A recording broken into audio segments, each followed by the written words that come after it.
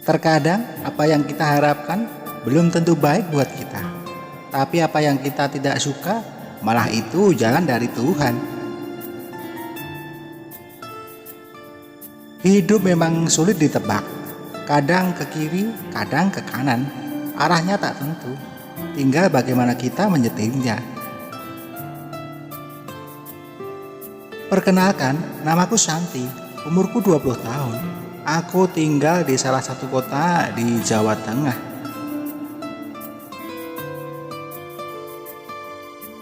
Aku anak yang paling bontot dari 4 bersaudara, dan cuman aku yang paling cantik di antara kakak-kakakku.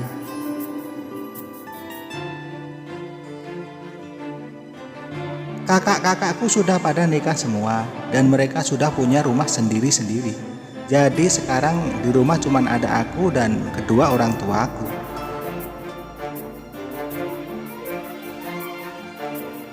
Saat ini aku masih kuliah. Kebetulan kampusku tidak jauh dari rumah. Jadi setiap hari aku bisa pulang ke rumah.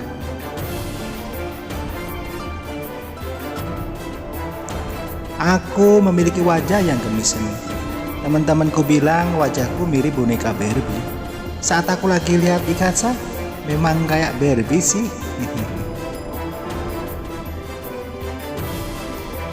Posturku lumayan tinggi, 175 cm. Rambutku lurus panjang, ada tai lalat di bawah mata kiriku. Kalau jadi model kelihatannya masuk sih. Untuk urusan asmara sampai sekarang memang belum ada yang cocok. Namun ada salah satu cowok yang dekat dari dulu. Namanya Tony. Tony ini bukan pacarku, tapi teman dekatku. Wajahnya lumayan ganteng dengan kulit putih dan selalu berpakaian rapi.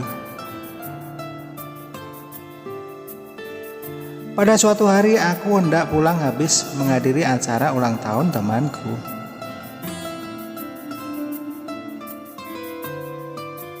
Dalam perjalanan pulang, hujan yang begitu deras pun turun. Mau tidak mau aku pun berteduh di pos sampai hujannya agak reda. Pos itu sebenarnya tidak jauh dari rumahku. Dan disitulah aku tidak sendiri. Aku bersama Tony temanku semenjak duduk di bangku SD. Jadi Tony ini boleh dibilang TTM. Kemana-mana kita selalu berdua. Ada dia, ada aku. Tapi kita tidak ada hubungan pacaran.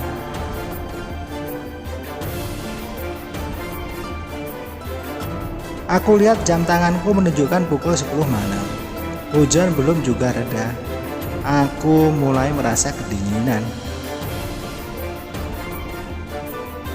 Tony yang melihatku menggigil kedinginan, dia pun menghampiriku dan duduk di sampingku begitu dekat.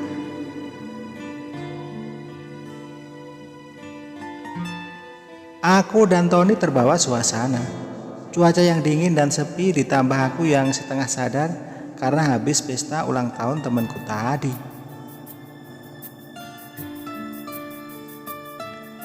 Dan terjadi begitu saja, kita pun melakukan hal itu.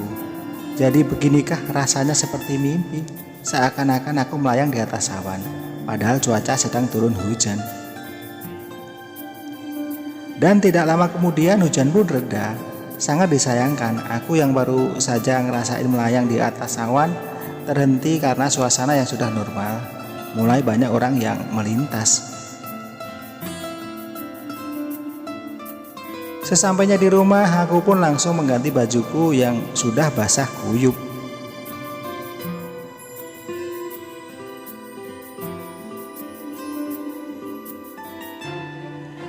Dan semenjak kejadian itu aku dan Tony pun sering keluar malam.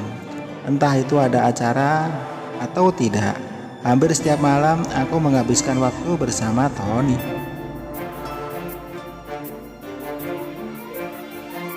Dan tidak terasa sudah 3 bulan semenjak kejadian itu. Aku mulai sedikit merasa ada yang beda pada diriku. Dan gak cuman aku saja, Tapi teman-temanku juga banyak yang ngomong ada perbedaan pada diriku, di mana aku lihat aku agak gemuk. Dan gak tahu kenapa akhir-akhir ini aku jadi sering makan, apalagi makan yang asam-asam, sampai aku baru menyadari aku sudah telat 3 bulan. Aku pun mulai merasa cemas, ditambah aku yang searching di media. Aku jadi kaget karena ciri-ciri yang aku takutin sudah aku rasakan. Aku pun iseng-iseng pergi ke apotek membeli alat apa yang ada di media itu. Aku kaget bukan main, ternyata hasil yang aku takutin benar adanya. Tony yang mendengar kabar itu pun kaget dan tidak percaya. Lalu Tony pun mengajak aku ke salah satu klinik. Tony baru percaya setelah mengetahui hasilnya. Rasa takut, cemas, gelisah menjadi satu.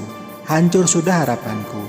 Apa yang akan terjadi jikalau keluarga kita masing-masing mengetahui hal ini?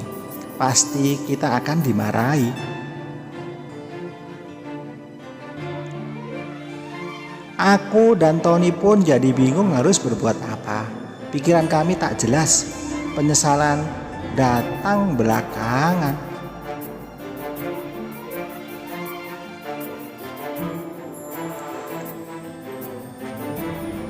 Kami seketika itu juga sempat mau memberitahu orang tua kami. Namun saat itu kami tidak punya nyali.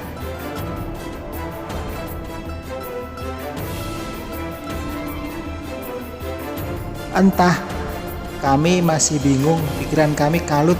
Kenapa semua ini bisa terjadi? Kenapa waktu itu aku tidak berpikir sampai sejauh ini?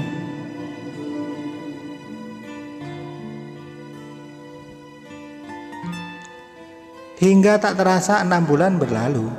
Namun aku dan Tony belum berani bilang ke orang tua.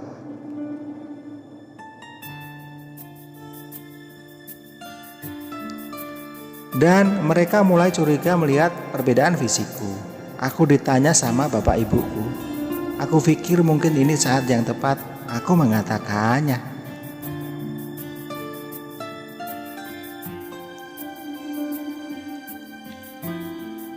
Mereka kaget dan marah kepadaku. Sesaat aku menjelaskannya.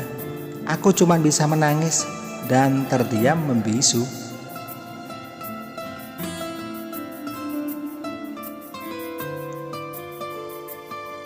Namun semarah-marahnya orang tua, mereka tidak mungkin membenci anaknya.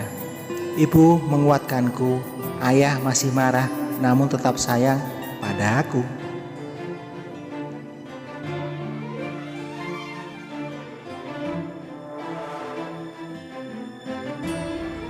Tak butuh waktu lama, orang tuaku ke rumah Tony untuk membicarakan ini semua. Dan singkat cerita, aku dan Tony menikah dengan jalan yang seperti ini.